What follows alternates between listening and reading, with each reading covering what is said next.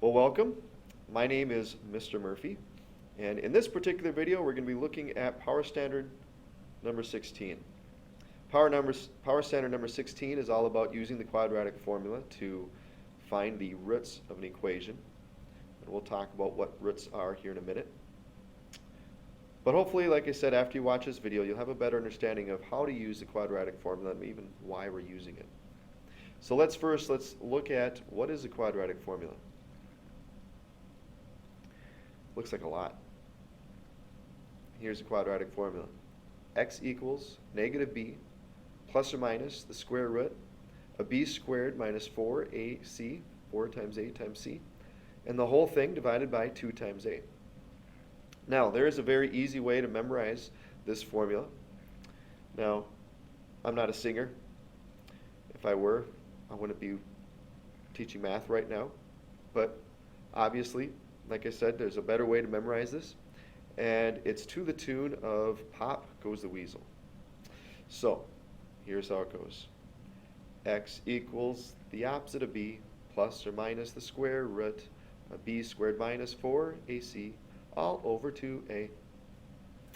So, if you say that a few times, you're going to get just like that, and you won't have any problems memorizing this, and you'll be able to bring it to your mind pretty easily. So, and even when you're saying it in the future, you'll even be hearing the tune in the background. So, x equals opposite of b plus or minus square root of b squared minus 4ac all over 2a. Pretty simple.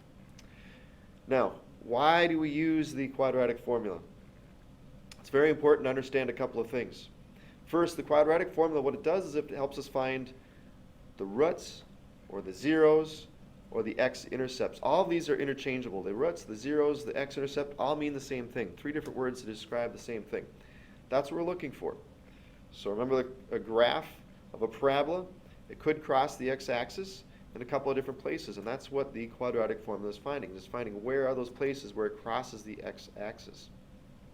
Now, before we can use a quadratic formula, there's a couple of things you got to look for. There's 2 things. It's got to be in standard form, and it's got to be set equal to 0. If it's not in standard form, or if it's not set equal to 0, you want to rearrange some things to make sure that you get those 2 traits, because otherwise the quadratic formula won't work. So let's look now at a couple of examples. So we're going to do this first example together using this formula. So remember, you want to memorize that formula because you're going to need to use that in the future. So like I said, using that little jingle will help you memorize that. But first, let's look to see how we use that formula to solve this particular example. So here's what we have. We have negative 5x squared plus 7x equals negative 4x plus 2. If you notice, this equation is not in standard form, and it's not equal to 0. Standard form, as you recall, is in the form ax squared plus bx plus c. So what we got to do here is we got to get this minus 4x and the plus 2. We want to get all that over to the other side of the equal sign. So to do that, I'm going to start by adding 4x to both sides. And you can even do this in the same step. We're going to subtract 2 from both sides. So the negative 5x squared, there's nothing to combine that with. The 7x and 4x are like terms, so we're going to add those together to get 11x. This minus 2 doesn't have anything to combine that with, so we're just going to write it as minus 2. And now on the right side, negative 4x plus 4x is 0. 2 minus 2 is 0, so now we have the right side set equal to 0.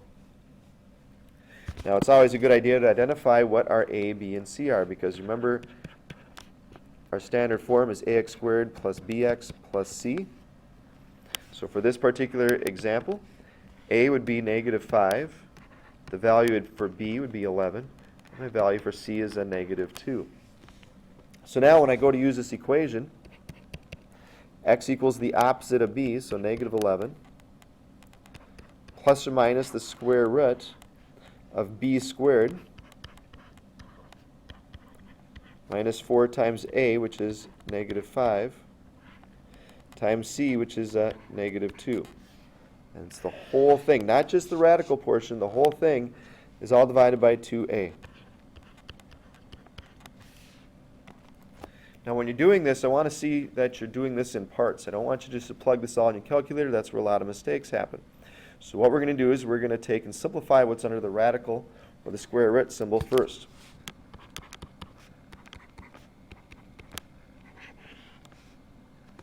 Now, inside of there, well, 2 times negative 5, let's do that, that's negative 10. But inside this radical, 11 squared is 121.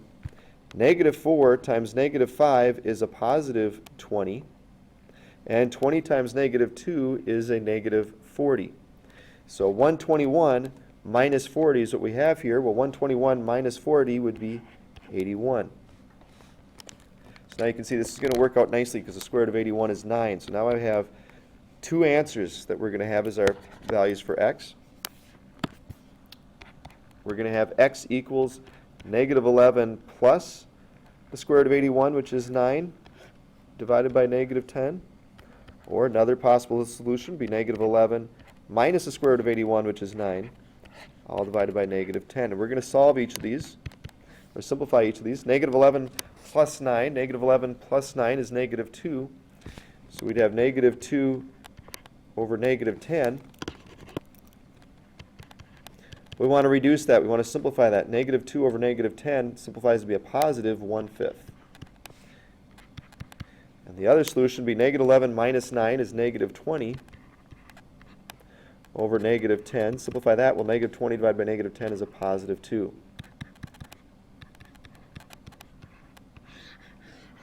So if we were asked to find the roots here, or if we were asked to find the x-intercepts, or if we were asked to find the zeros, your answer would be 1/5 and 2. So now, let's look at another example. Let's look at this one here where we have 3x squared plus 4 equals 8x. Again, we're going to make sure that we get this equation in standard form. But for this particular one, I'm going to have you guys work on this one on your own.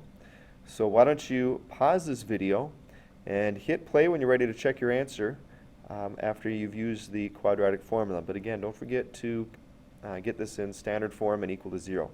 So go ahead and work on that, and like I said, hit play when you're ready to check your answer. Okay, what you should have done here is you should have started by subtracting 8x from both sides. Now this one's a little different from the previous one because when we subtract 8x from both sides, there's no like terms to combine it with on the other side of the equation. So it's just 3x squared minus 8x plus 4 equals 0. Now we identify our values for a, b, and c. Our value for a is 3. Our value for b is a negative 8. And our value for c is 4. So now when we go to use that quadratic formula, it's going to be x equals the opposite of b. So in this case, the opposite of negative 8 is a positive 8. Plus or minus the square root of b squared. It's a negative 8 being squared, and it's very important to put that negative 8 inside of parentheses. So it's negative 8 squared minus 4 times a, which is 3, times c, which is 4. And it's this whole thing divided by 2a. Now when we go to simplify this, we're going to have x equals 8 plus or minus the square root. Well, negative 8 squared is a positive 64. And then we have negative 4 times 3 times 4. Well, negative 4 times 3 is negative 12. Negative 12 times 4 is negative 48. So I have 64 minus 48. And when you go to solve that, 64 minus 48 is going to equal 16. So now we have 8 plus or minus the square root of 16, and 2 times 3 in the denominator is going to give us 6. Now again, this one works out nicely because the square root of 16 is just going to be 4. So I have two solutions. It's going to be 8 plus the square root of 16, which is 4, divided by 6. Or we would have 8 minus the square root of 16, which is 4, all divided by 6. And 8 plus 4 is 12. And 12 divided by 6 would give us 2.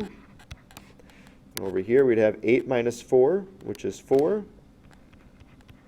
And 4 divided by 6, we want to keep this as a fraction. This reduces to 2/3.